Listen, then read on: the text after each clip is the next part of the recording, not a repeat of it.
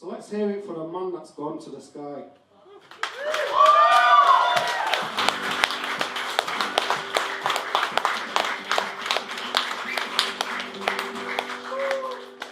I don't even know what to say or do really. I'm just going to go for pure stupidity as the opposite of sadness. So that's kind of where my songs come from, because I've been locked up in and out of institutions, mental hospitals and blah. But I made my songs to cheer me up.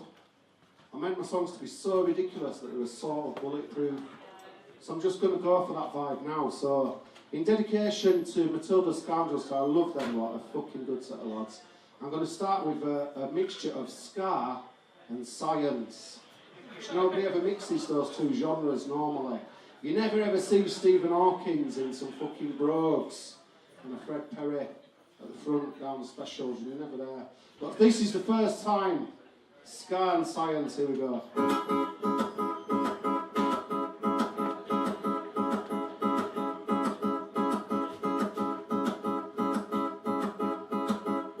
If you get a piece of toast and it falls to the ground, it will always land butter side down. But if you had a domestic cat and it fell to the street, it would always land upon its feet. Which makes me wonder what would happen if a gaffer tipped a bit of butter toast onto the back of a cat and threw it out of a tower block. How would it know how to land? How would it know how to land? The cat would try to land upon its feet, and yet the buttery toast upon its back would desperately try to land upon its buttery side. How would it know how to land? How would it know how to land? The cat would try to land upon its feet, compelled by all the laws of cats and feet. And yet the buttery toast upon its back would be compelled by the laws of buttery toast to land upon its buttery side. So maybe it would spin forever.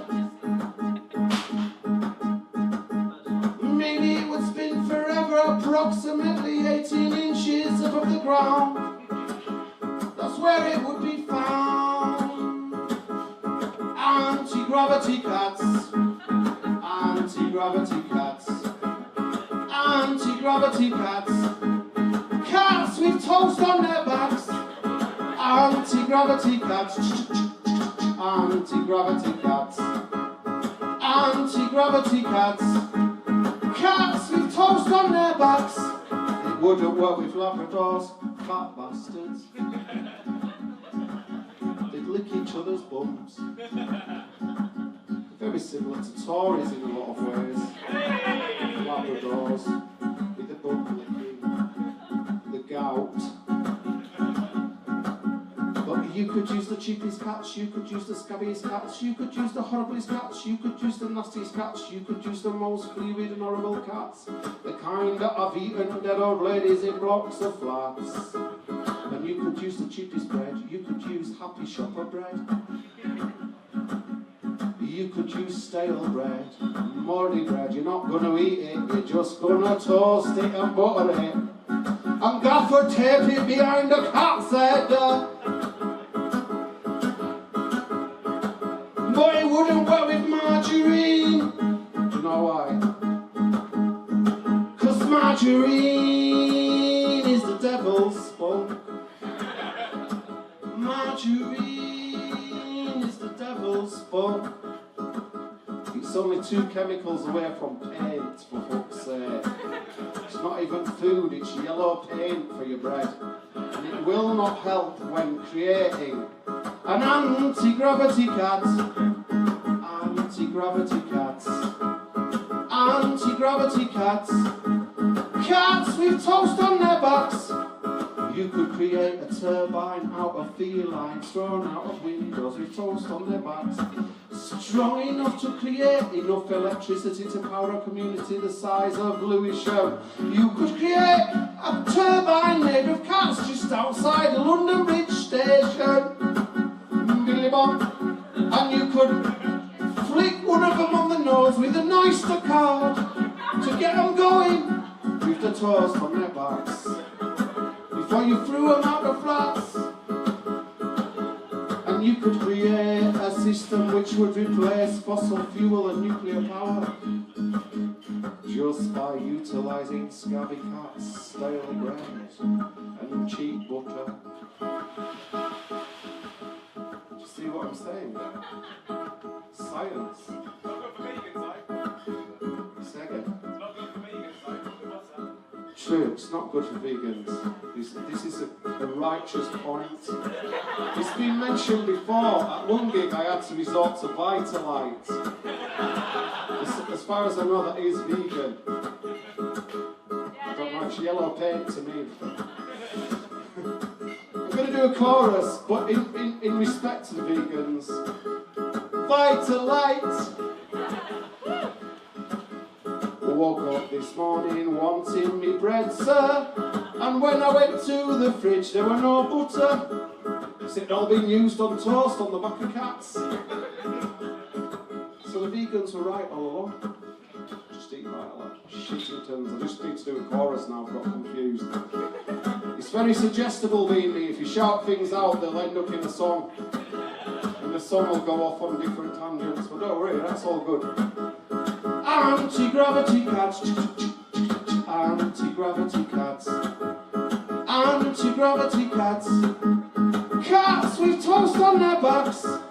Anti-gravity cats. Anti-gravity cats. Anti-gravity cats. Cats with toast on their backs.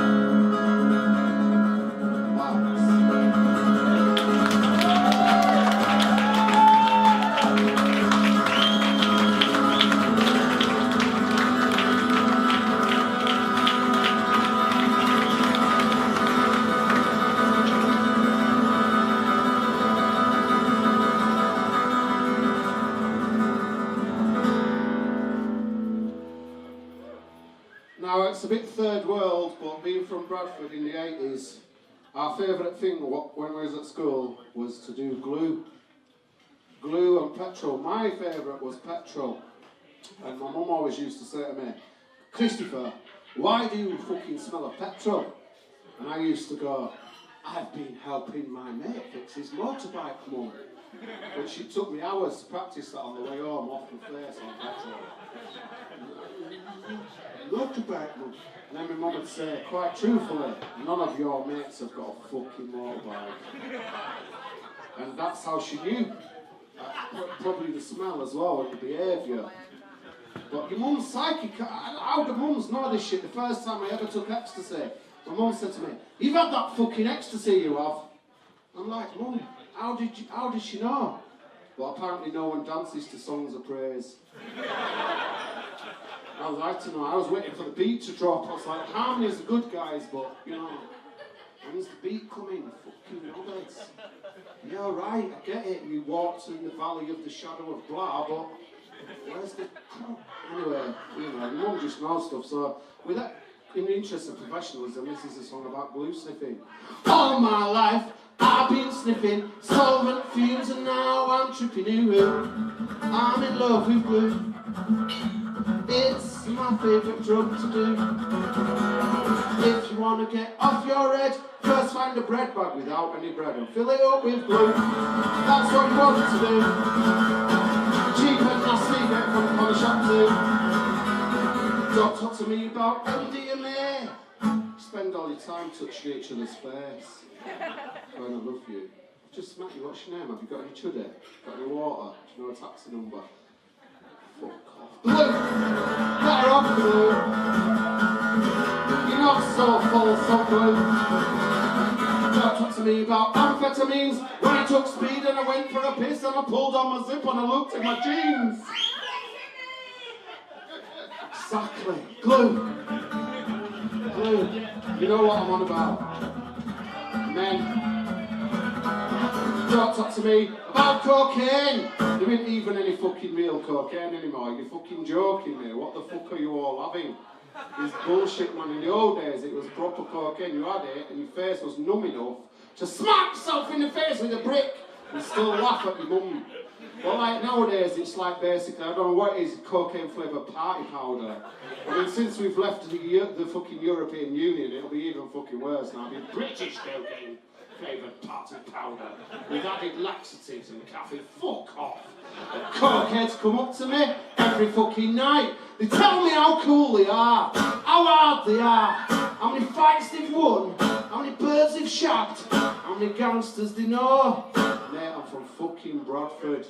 Gangsters, I'd be impressed if you knew a teaching assistant, for fuck's sake. If you knew somebody who could read, I'd be excited. But better off the move. Better off the move. Don't talk to me about smoking rocks. When you smoke rocks, your eyesight becomes amazing. You can see a speck of rock that's broken off and fallen down near the cash machine at the co-op. Like that, out of the way, pushing manners out of the way. Fucking hell! It's a bit of... You can fucking see. And then you spend all your time behind your curtains like this going, see that ice cream van down there? Fucking CID, that is massive.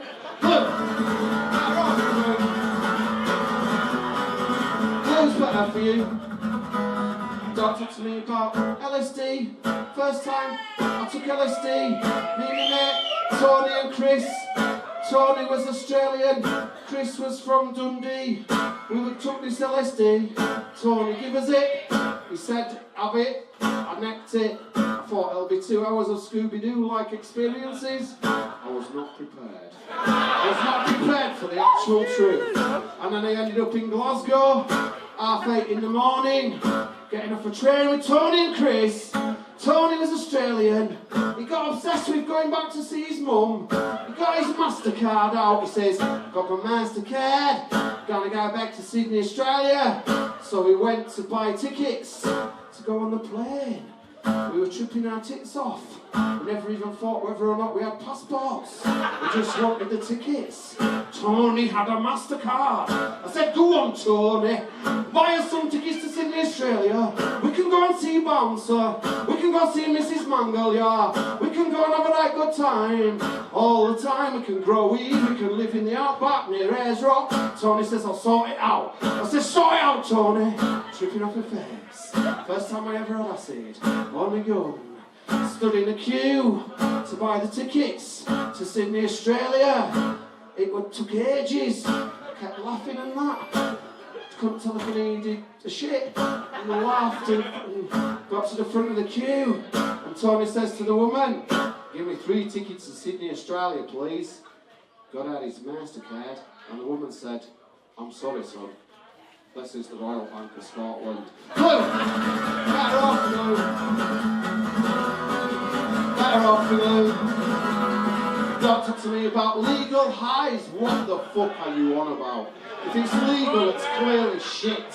For fuck's sake. Anything legal is the worst possible thing you could ever do to yourself. Alcohol's legal, but it's the only one with a withdrawal you can die off.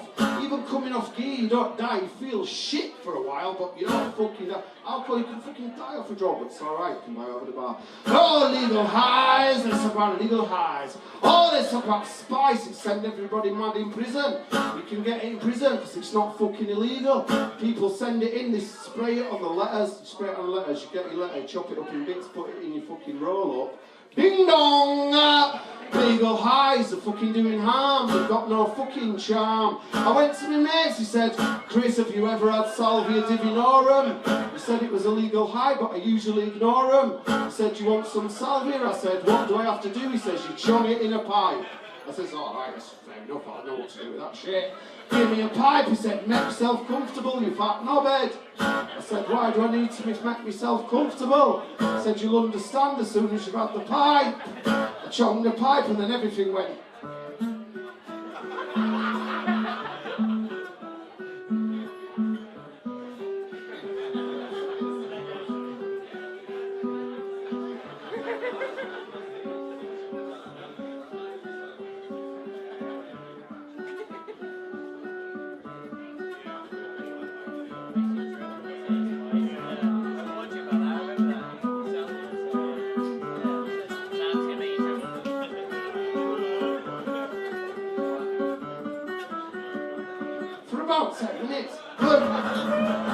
glue. At least I know what I'm doing on glue. Don't talk to me about magic mushrooms. I thought gravity. I thought, what if it gets turned off? What if I just fly? What if I go to the toilet and all water's coming? Better off, it's not as confusing for you. Don't talk to me about heroin, that nice brown milky powder that you get a pin and push it in and then goes in your veins, the centre of your brain, and then you end up at the bus station going, excuse me, mate. You couldn't sort us out, could you? Well, it is right, I need to get to Walthamstow because I'm doing a production of The Owl and the Pussycat with Erik Petersen. Me and Erik Petersen just need a taxi up to Walthamstow, and if you could just fucking sort us out, because what it is, right, I'm a diabetic and I need my insulin, and it's, at the moment, it's in Cambridge at a... Glue! Better off, glue. I never had to beg on glue. My psychiatrist said that because I sniffed a lot of solvents as a child, it contributes to mental illness and mindless aggression as an adult. But he was wrong. I hope he was wrong. I'm never too sure, but I hope he was wrong. Not the aggression.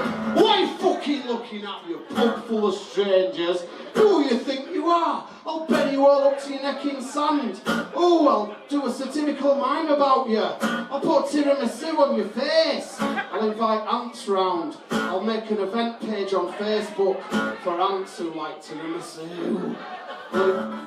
Sorry everyone, I went aggressive. It was because of that glue I had when I was a kid. I used to go into cemeteries, then sniff solvents, and then lie next to the railway track and put coins on a track, wait for train, to flatten them and that. And that's why I'm so educated now. Glue!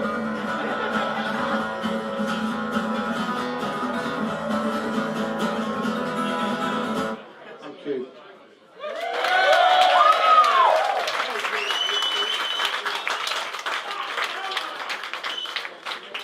So if you've ever seen me before, you'll know that there's two things that definitely help my gig. One is cannabis, which I'm not allowed to smoke in here.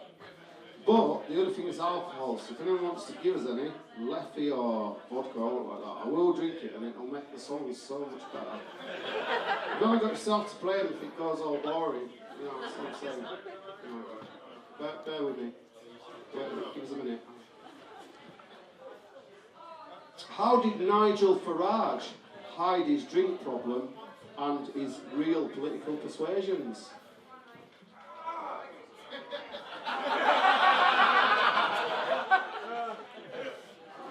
Don't you know I got MRSA? Don't you know I got MRSA?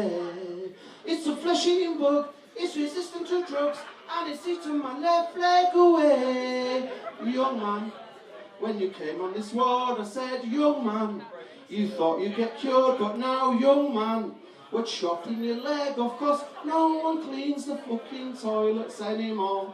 And that is why you've got MRSA. That is why you've got MRSA. It's a flesh-eating bug, it's resistant to drugs, and it's eating my left leg away. Young man, all the money you earn in your job, and you give tax money to Tories, and then they spend it on finding new ways to blow the hands off brown-skinned children in deserty countries so Americans can have cheaper petrol instead of spending it on medicine and fucking soap. And that is why we've got MRSA. That is why we got MRSA. Because our government's corrupt and they're taking our money and spending it on cocaine and paedophile orgies.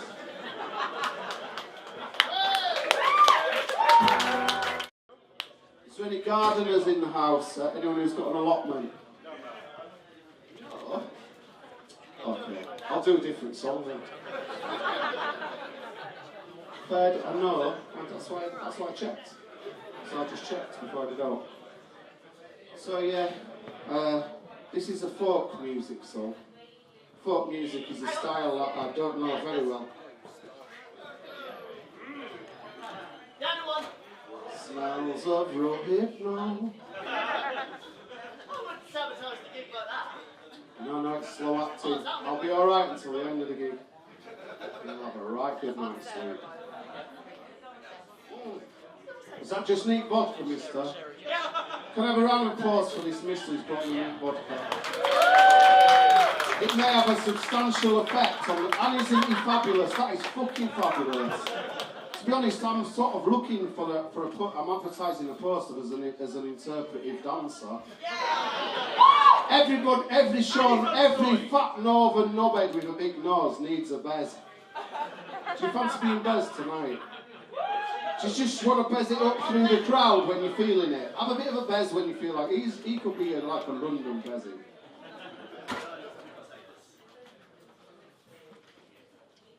Right, I'm going to tap into the sing-along potential because I think it's secretly quite high.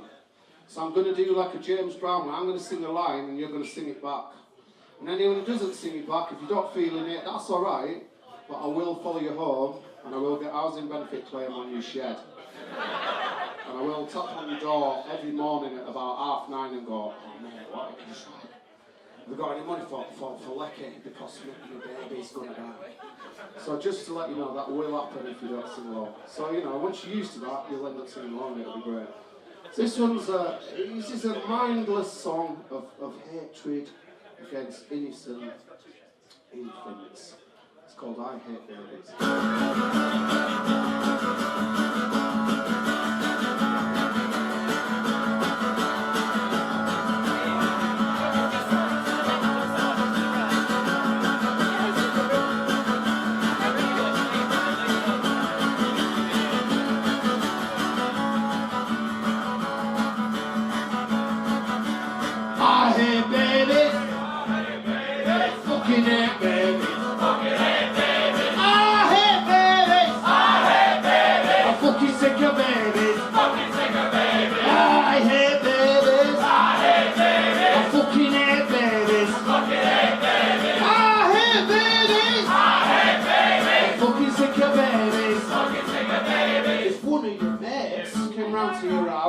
Sat next to your missus, got one of her tits out, started to suck on the end of her tit, then pissed himself and shit himself and threw up down her back.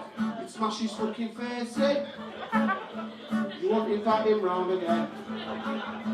You wouldn't even let him in. You wouldn't give him any more ketchup. But babies get away with it because they're cute. They're just leaving bastards in a wrong pursuit. They've stolen all my friends, no one goes out anymore. Everybody's sitting round on the front room floor going, oh, it's a little version of us, darling. Fuck's sake. Has any of your mates become knobheads as soon as they've had a baby? Yeah, they do, don't they? They get all fucking precious like, oh, I've got a baby. That's just bad contraception behaviour, mate. It's not to be applauded and rewarded. It's to be fucking ridiculed. The last thing the world needs is any more people. There's enough of us. There's more than enough of us. Let's just chill the fuck out for a bit on recreating ourselves. Let's give the hedgehogs a chance, for fuck's sake. We've took all the best bits, we've ripped all the best bits off, we've ruined the environment. Why don't we just you know lads, it's easy enough contraception. If you're not aware, it's so easy. I'll give you 2 options, fail-safe options. Pull your cock out just before you...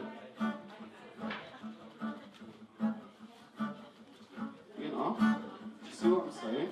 Easy enough. And if that doesn't work, if you're in balls deep and you can't help it and you think, oh, I'm just about to, just think about Theresa May.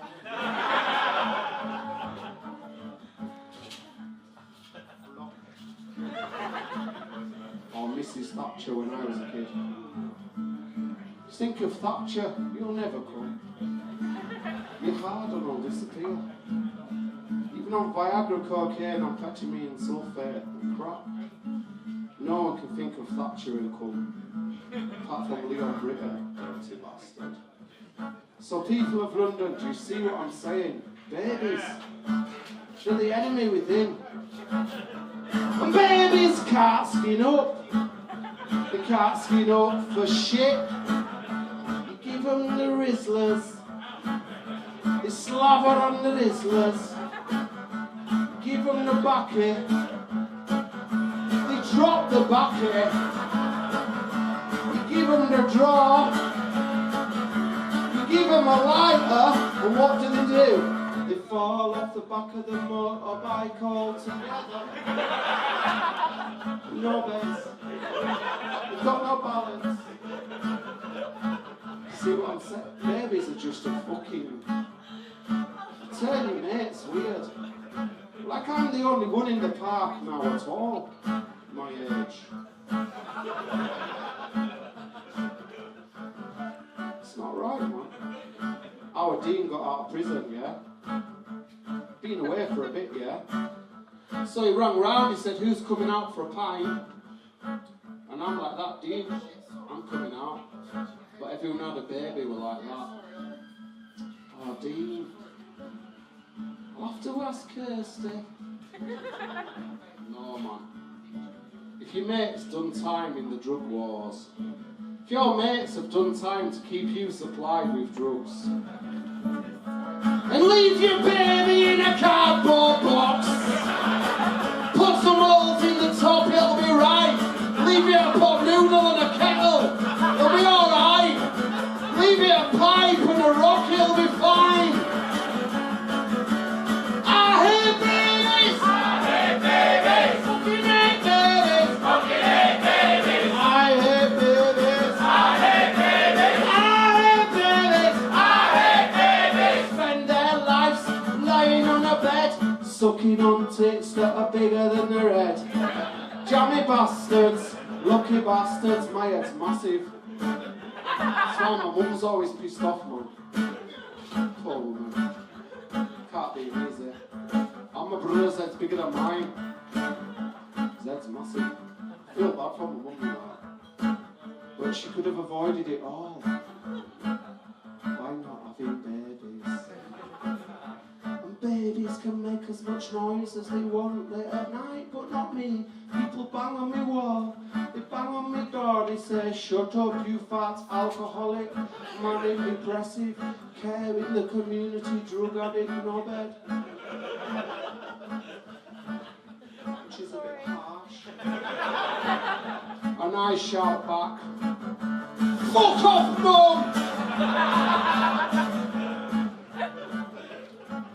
And if I go into Tesco's, shit myself and piss myself and start to cry again, I'll just get sectioned again. That's not fair. Babies can do it. And if you're gonna rob clothes, here's a tip. Take a fucking pushchair on your fucking trip. Put them Levi's under your babby, cause no one's gonna actually search your babby. They're good for shoplifting, I said they were shit. I said they were rubbish, but I'm admitting it, there's one use for babies. Stealing! Robbing! Selling Levi's for a tenner in a pub that I've been underneath a baby's arse while the baby got higher and higher in the pushchair. Higher and higher! I need to get out of this song now. Can you help me out with the sing back chorus to get me out of it? I hate babies! I hate babies! Fucking hate babies! Fucking hate babies! I hate babies! I hate babies! I hate babies! I hate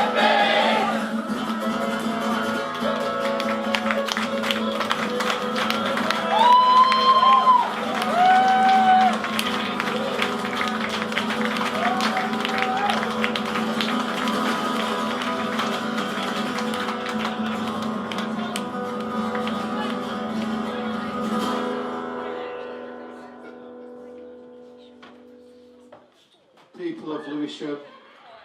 I've come from Bradford, it's a city in Yorkshire, and we're famous for many things, mostly riots and serial killers. And, you know, if you're going to do stuff, you've got to do it well. And yeah, it's that kind of a town. So I'm going to sing you some folk music from my own town. And this was taught to me by an old blind guy on Ward 4 in Newfield Mount in about 1995. It's a traditional Bradford folk tune. Dun ba-dum kung kung, ba-dum kung kung, ba-dum kung kung, diggy-ding diggy-dong, ba-dum kung kung, ba-dum kung kung, ba-dum kung kung, diggy-ding diggy-dong, ba-dum kung kung, ba-dum bang, ba-dum kung kung, diggy-ding diggy-dong, ba-dum kung kung, ba-dum kung kung, ba-dum kung kung, diggy-ding diggy-dong. Was on the train the other day, travelling quite a very long way. I got the munchies on the way. I had the munchies really, really bad. I had the munchies, it was sending me mad. So I went down the train to the carriage pit that sells the food. I says to a woman, I don't mean to be rude, I just want a little bit of food. I just need a little bit of food. I said, got much money, got much money, got much money, it's not funny. Got much money, don't have much money. What can I get for me £1.50? Cause all I've got is me £1.50. And the woman behind the counter, she looked a little bit shifty. She said, ba-dum gung gung, ba-dum gung gung, ba-dum gung gung, digga-dung digga-dung, ba-dum gung gung, ba-dum gung gung, ba-dum gung gung, digga-dung digga-dung. You can have a muffin. Have a muffin, I said. What kind of muffin? She said, chocolate chip muffin, I said. Ooh, that sounds nice. How much is it? She said, £1.49. I said, alright, I'll have a muffin. Alright, I'll have a muffin. I got my muffin, I went to my seat. It was looking like a treat. My life almost felt complete. With me muffin, me lovely muffin. But then I took it out the packaging. But I should have left the fucking thing in. It was a dried up shitty muffin. Didn't have any bloody chocolate chips in. It was a shabby muffin. It was a shabby muffin. It was a shabby shitty muffin. Didn't have any bloody chocolate chips in. It was a shabby muffin. It was a shabby rubbish muffin. It was a horrible substandard muffin. Didn't have any bloody chocolate chips in. So I took it back to the woman. I said, I'm not having a whole lot of fun. I said, I'm not unhappy bunny. You made me waste the last bit of my money. I'm not unhappy bunny. And then I shot the bitch.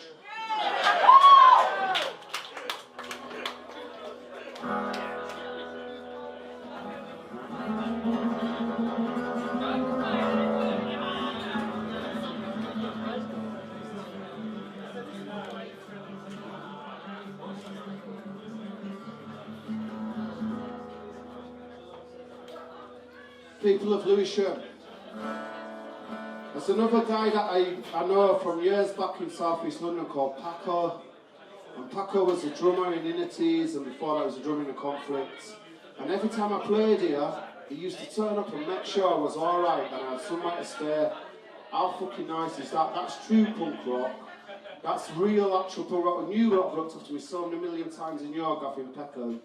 That's actual fucking punk rock, is not being a cunt. In these times of cuntishness, not being a cunt is a revolutionary act. Being sound is a fucking revolutionary act in this time of our history. So be as sound as you can. Whether you get rewarded for it or not, be as right as you can to everybody, every random fucking stranger. Because if we all do it, fuck it, we'll live forever, man. Be grand.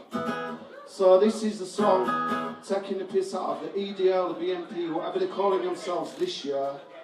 When I was at school, it was the NF. They keep changing their initials, a bit like drugs. But they're still the same bunch of knobheads. So this is take the piss out of them. Because human beings are the only species that fights and kills over a slight amount of difference in appearance. What fucking dickheads do with that? Even hedgehogs don't do racism. I've never ever seen a fucking British National Party hedgehog stood there going, fucking rabbits. Taking our grass, shitting on our dandelions. It doesn't happen. We're supposed to be the cleverest species because we've got thumbs. Why don't we start acting it? Why don't we stop being fucking dickheads and get on with it properly? So this is imagining if animals discovered racism and got into it, how ridiculous it would be. So this is about interspecies racism in the animal kingdom. It's called Prejudice for Wildlife. Here we go.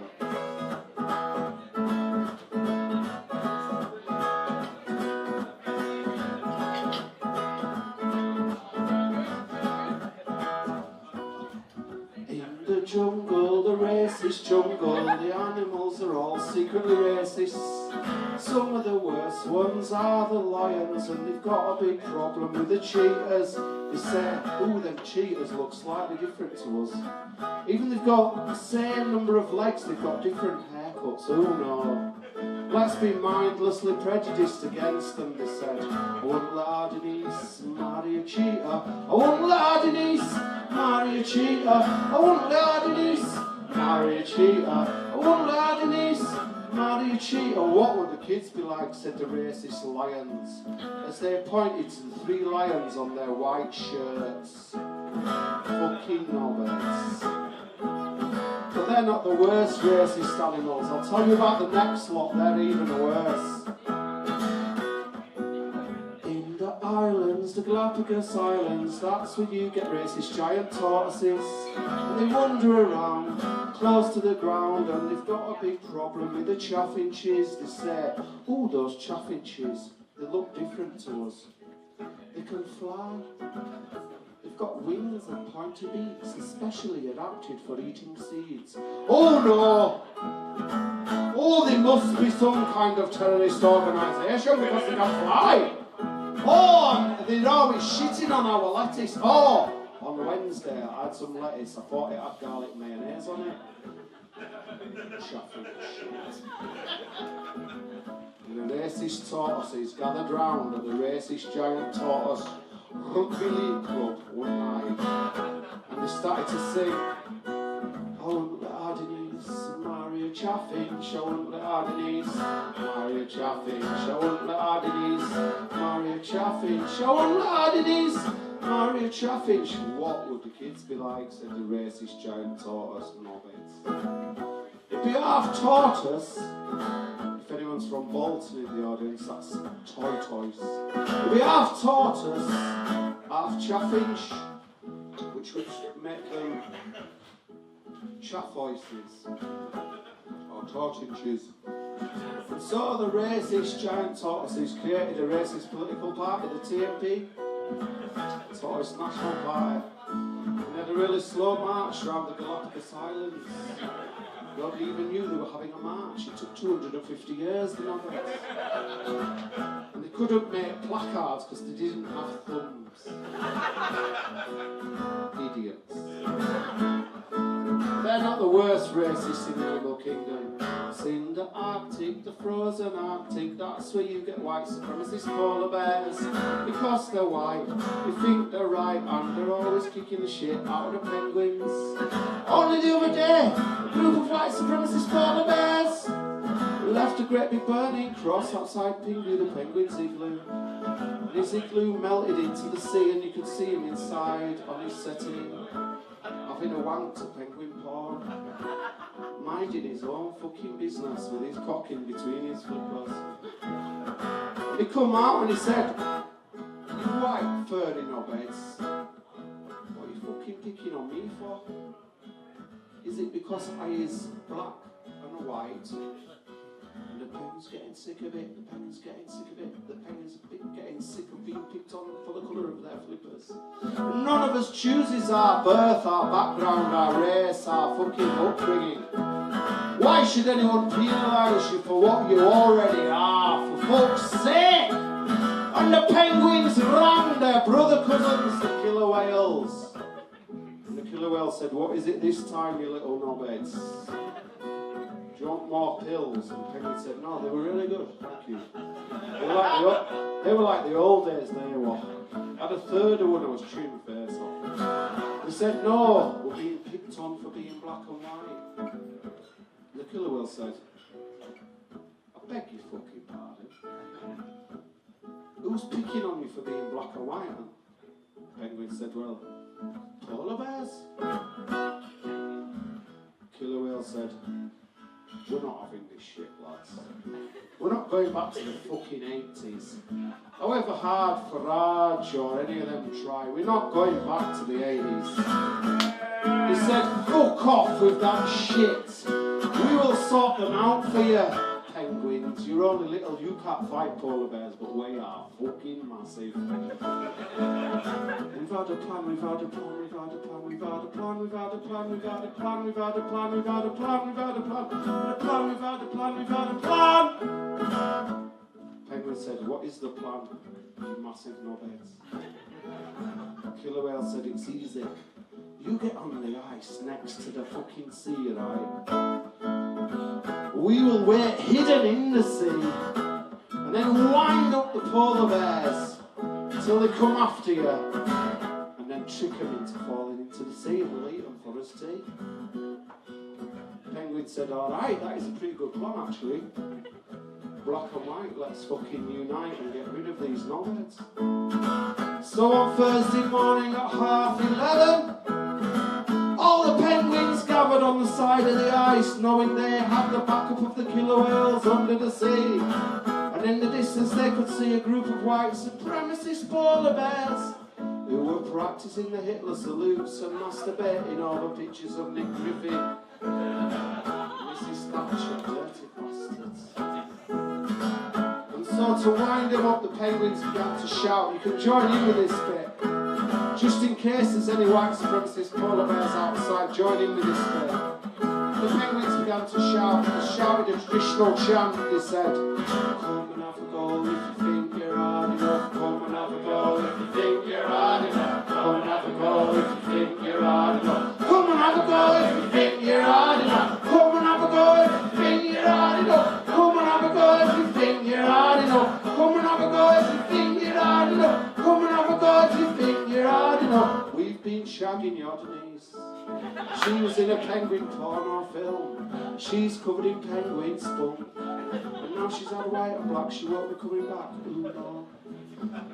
And the polar bears went fucking mental. Thought of their Denise being tag-teamed by penguins. High-fiving with the flippers over the back. Oh my God. So they ran towards the penguins, fully intending to rip the flippers off and beat them to death with the soggy ends. They ran as fast as they could in their anger and their racial hatred of the black and white penguins. And just as they got close enough to grab the penguins just moved to one side. They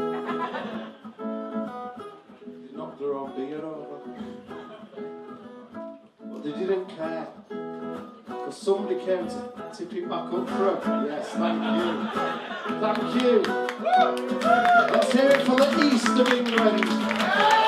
Let's hear it for the punkiest bit of England. Norfolk. East Anglia. Respecting other people's drink safety since 2 minutes ago. And as the white supremacist polar bears ran towards the penguins, and the penguins just moved to one side, they were going too fast on the slippery ice, and they slipped and fell right into the sea, where they were surrounded by massive fuck-off killer whales, with machetes and baseball bats. And the white supremacist polar bears, they weren't prepared, they didn't know, and they didn't have time to swim away, swim away, swim away, swim away, swim away, swim away, swim away, swim away, swim away, swim away, swim away, swim away, swim away, swim away, swim away, swim away.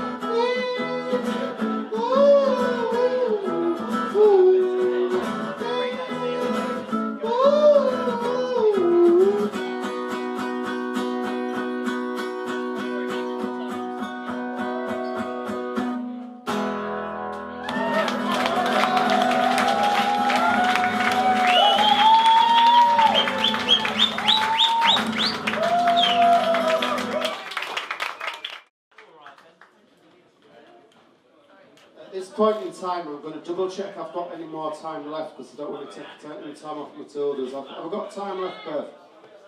Couple of songs. One is it? Yeah, cool. You keep an eye on the time because I've got no idea. 2. Right, I've got 2 songs left. Happy days. And let's have a fucking... Tonight, there's a bucket somewhere. I think it might be on stage. I'll chuck a few quid in it because it's going to go to the missus of the guy who's passed away. I mean, fuck's sake, he's sung his heart out all his life to entertain us knobheads. And now he's gone. And fair fucks to him. He lived a good life. He wasn't a cunt. Even if you only live for 5 minutes as a non-cunt, you're fucking defeating evil. Let's hear it for fuck the evil and big up the nice.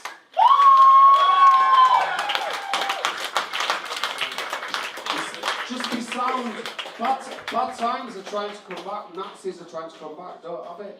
Don't fucking have it. We're not having it. The 80s was shit enough. The only good thing about the 80s was the beer price.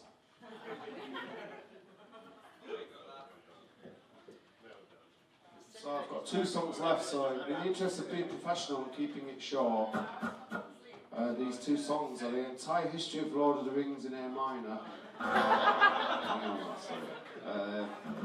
Now this one's dedicated to Paco particularly as well, because I always think of Paco when I come in this pub, because he always used to come and find out if I was alright and if I had somewhere to stay, so that is fucking proper punk, that is.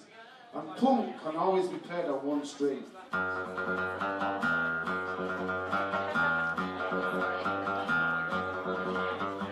I'm in an anarchist squat punk band, I'm in an anarchist squat punk band, I'm in an anarchist squat punk band, drive around in an Apodol van. I'm in an anarchist squat punk band, I'm in an anarchist squat punk band, I'm in an anarchist squat punk band, drive around in an Apodol van. We always have a ska bit in our songs.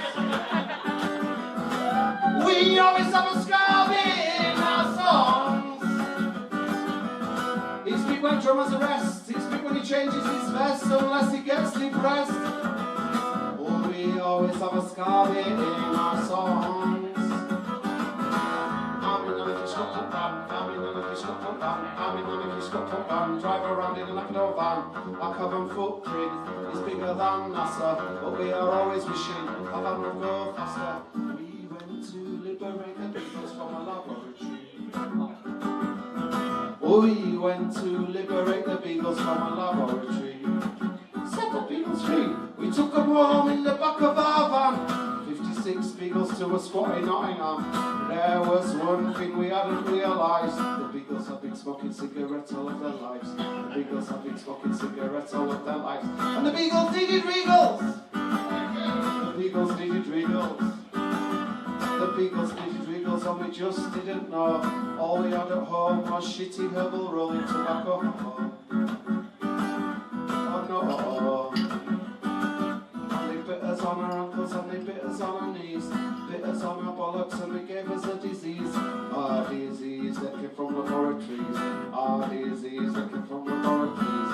I'm in anarchy squat punk band. I'm in anarchy squat punk band. I'm in anarchy squat punk band. I'll never release any beagles again.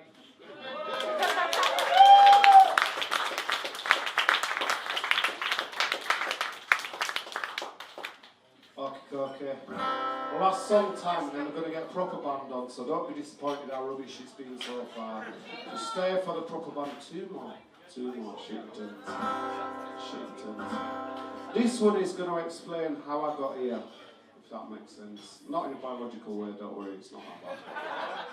That would be just horrific. Like my mum was around in the 60s, and like, Mum, why didn't you use your imagination and shag like a rock star? Why didn't you shag like fucking Jimi Hendrix or even Noel Redding or even fucking Mitch Mitchell, Mum, you fucking knobhead? Why you could have shagged Ginger Baker out of Cream? I would have had drunk it every Christmas. And who did she shag? A ginger biker. Dyslexia ruins people's lives, it really does. So this is going to explain how I got here.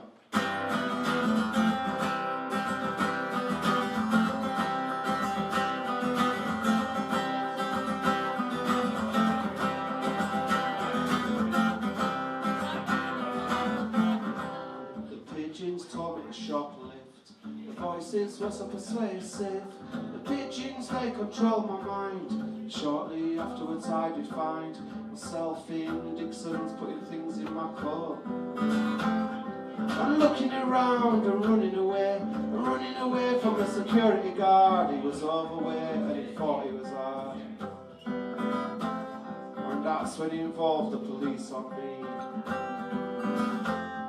And the magistrate didn't believe me about the pigeons who told me to shoplift. He said, son, I think you're crazy, sending you for psychiatric reports.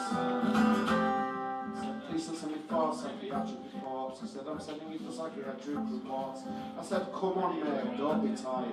He said, I'm sending you for psychiatric reports. I said, mate, please don't send me for psychiatric reports. He said, I'm sending you for psychiatric reports. And that's how I met the psychiatrist. He didn't believe me either. He said, son, there's no way that the G can tell you what to do. He says, you don't understand, I'll show you. And that was the part of the time that I looked deep in his eyes as I started to speak in the manner of the pigeons through my beak. I said,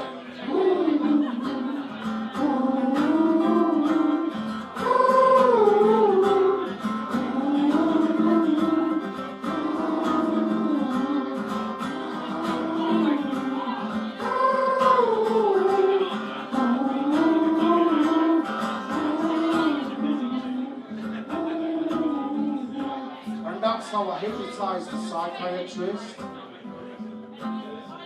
That's how I got him to give me the keys. Give me the keys to the drugs trolley. Give me the keys to the ward, to the outside world. Give me the keys to his BMW. And he was a fat knobhead as well, and I took his suit. And I had the keys to the drugs trolley. Threw away the chloroform. It gives me a stiff neck, if you know what I mean. I kept all of the pro cycling, and I found a works, and I found it. And I left the hospital, dressed as a psychiatrist, driving away in a stolen BMW, wearing his suit. I was living the dream, and I drove away down Manningham Lane in the pouring rain. I went into town, I went on Manchester Road, I got on M606, M62, across to south of Leeds, and I got on the M1 towards London. I'd heard of London. Apparently it was a magical place where the football teams were all like, you know, proper Hotknives and that. I didn't really know, but you know, I'd never been out of Yorkshire, but I drove towards London. And on the way I saw a hitchhiker. What a knobhead. He had a guitar, cardboard bit of paper. He written on it, said, Louis Shub. So I said, I'll give you a lift, mate. No problem. You'll be safe with me, I explained. I'm a psychiatrist, I explained. As I pointed at my identity badge, which said Dr. Patel. He never noticed. And I was giving him a lift down from Leicester Forest East to Lewisham. But when I got into London, I saw so many pigeons. So many pigeons there. They started to talk to me in Trafalgar Square.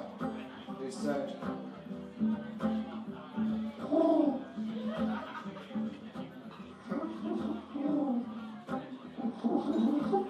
I said, I can't do that. They said, I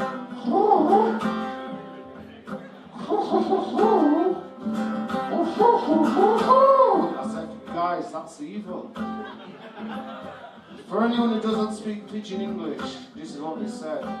They said, kill the hitchhiker and take his guitar. Kill the hitchhiker, take his guitar. Ditch the fucking stolen car.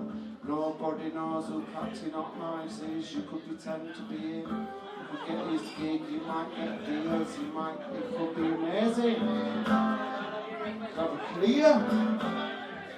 So I killed a hitchhiker. He was a piece of piss. He was a vegan. Snapped his neck like a twig. If he'd have had some pies, he might have been able to fight back, but no. And I left his body in the boot of the BMW. And I took his guitar, now I'm here, pretending to be him. And nobody's noticed at all. You all think I'm like a rubber band? Ah, yeah! Oh, yeah! The pigeons told me to do it. Pigeons, they control my mind. Pigeons tell me everything. Pigeons, they control me now. They say, pigeon said, hang on a minute, they said, Christopher, you'll get away with murdering hitchhikers as long as you don't say it towards the people in the pub. Shit, and it's been filmed as well. Oh, bollocks. Sarah, can you grab that camera off her, please? I feel as guilty as a police officer at London Bridge needlessly oppressing a black youth. Not that guilty, but nearly. The pigeons told me to do it. The pigeons told me everything. They said,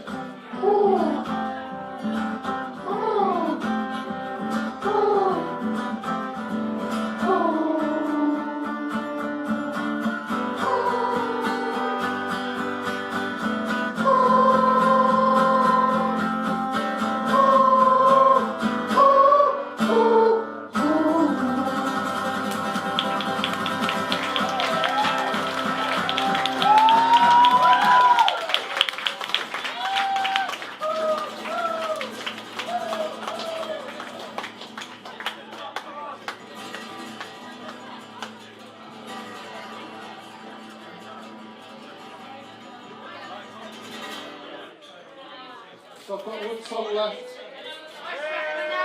I'm going to say something now to appear as if I'm an actual artist who knows what to say.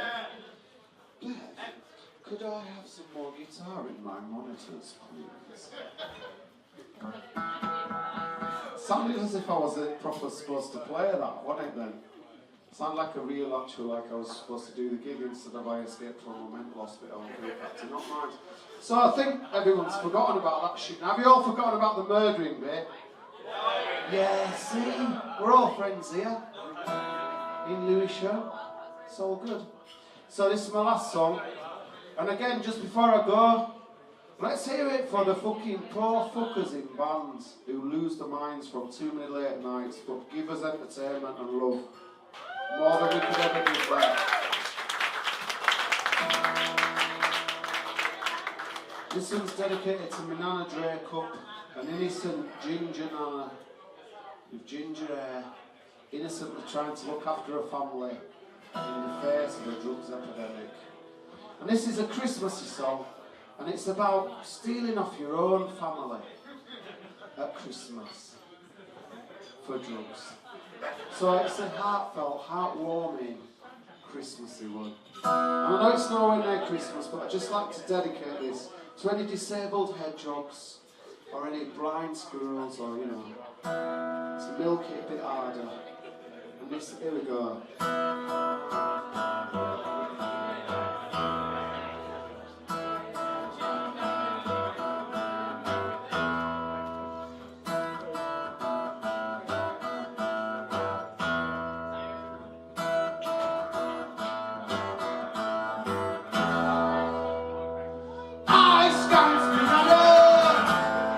Did not skank me Auntie Lillian, she's running a million. I could never treat a skanking at Lillian. I skanked me Nana, but I did not skank me Auntie Lillian. She's a nice old lady, she used to drive a 5-engine Joe in the war. Me Nana, she gave us 30 quid.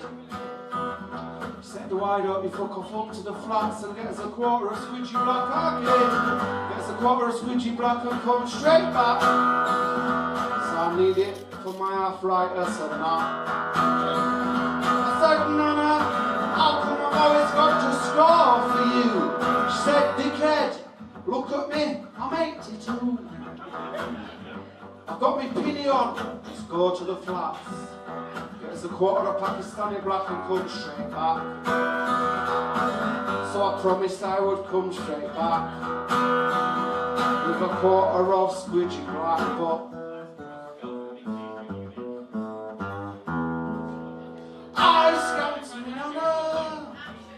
didn't mean to, it was just one of them things. I sang to me, no, didn't mean to, just one of them things. I came out of the flats with a quarter of squidgy black. I was fully intending to go straight back, but across the road there was a Toyota Corolla with blacked out windows, gold alloys on its wheels, and a Kenwood sticker in the back. And a window wound down and a voice came from inside. It was a voice that I recognised. It was my mate Barbara. He said, "Here, Chris, have you got any draw?" I said, "No." He says, "You've always got draw, you fat knobhead. You've never not had draw. Every time I've ever seen you, even when you were locked up, you've always got a smoke." And he made me get into the car. And the Toyota Corolla turned out to be really full. Baba were there, Shazi were there, Ifti were there, Imi were there, Taz were there, Shwep were there, Seamus were there, Oisin was there, Neil were there, Lee were there, Carl were there, our Dean were there, and Shazi were doing her hair. And I said, "Shazia," and she said, "Just roll a spliff, you fat knobhead." So I rolled a spliff to take the edge off living in Bradford. And as you might imagine, that took quite a lot of hashish. And I rolled a spliff to take the edge off looking at Camp Terminator, who'd recently melded with Vic Reeves. And I rolled a spliff to take the edge off looking like the third one out of the Proclaimers who was locked in the cellar all the time. I rolled a spliff to take the edge off looking like a white version of Howard from the Halifax adverts. And I rolled a spliff to take the edge off corruption. I rolled a spliff to take the edge off racist police. I rolled a spliff to take the edge off institutional degradation, and I rolled a spliff to take the edge off not ever getting off with police. And after a while I'd rolled a lot of spliffs. A lot of cannabis had been used. And I said to our Dean, "Can you give us a lift back to Ravenscliff to take my nana a spliff?" And our Dean said, "No fucking way, they'd walk your socks down there." So I had to walk back to my nana's. When I got there, she was acting weird. She was dancing like a bastard, sweating like fuck, listening to the Prodigy, Fatherland. The penny was on back to front. She was chewing her face. I said, "Nana, did you find a big bag of tablets under my bed?" Tablets with pigeons on the front. And this is what my nana said. She said, "Ooh, ooh. Ooh, ooh.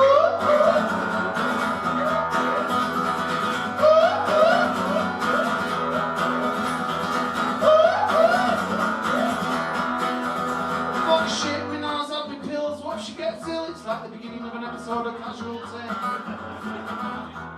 But she wasn't ill and she hadn't forgot about the cannabis resin. She sent me to buy her with the 30 quid. And she went in the kitchen and she come out with the digital scales, accurate to a millionth of a gram. She made me lay the cannabis resin on the scales. A quarter should weigh 7 grams. But did it fucking bench or Madachod say 7 grams? Did it fuck? It said 1.3333333333333 recurring grams, which is less than an eighth. It's less than a teeth, probably. It's probably less than a 32nd for all I know. Or a 64th, or a 128th, or a 256th, or a 512th, or a 1020. I don't know. Shit at maths. But I knew my nana wasn't best pleased with the skanking amount of hash that I brought back for 30 quid. She wasn't best pleased. So my nana rang my dad, and my dad came straight round. in a crumple-ended Jaguar he'd recently found.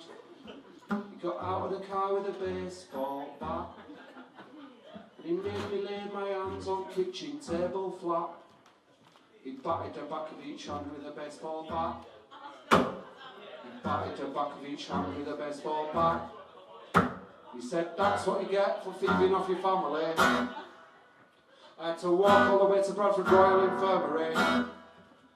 And when I got there, I got stuck in a queue behind 322 police officers with injuries to their shins caused by roofing tiles thrown underneath their shields. That's a tip, London. Save up those roofing tiles. Save up those roofing tiles. A vulnerable bit areas underneath the shields. And I got to the front of the queue, the nurse said, what happened to you? And I said, I walked into a door. She said, no one walks into a door at 200 miles an hour with their hands out like that. You've been hit with a baseball bat. And the nurse, and because it was Bradford, obviously the nurse was one of my relatives, it was my Auntie Jane. And she said, don't skank your nana. If you're getting any drugs for the elderly, make sure you come straight back, whether it's to Mazepam or crack. She said, don't skank your nana, nana, na na na na na na na na na.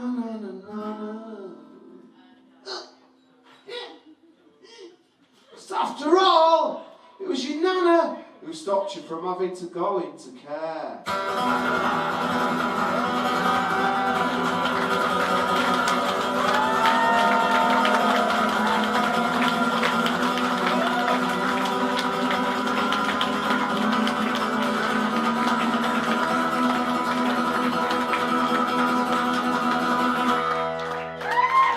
Thank you very much. Thanks for putting up with that.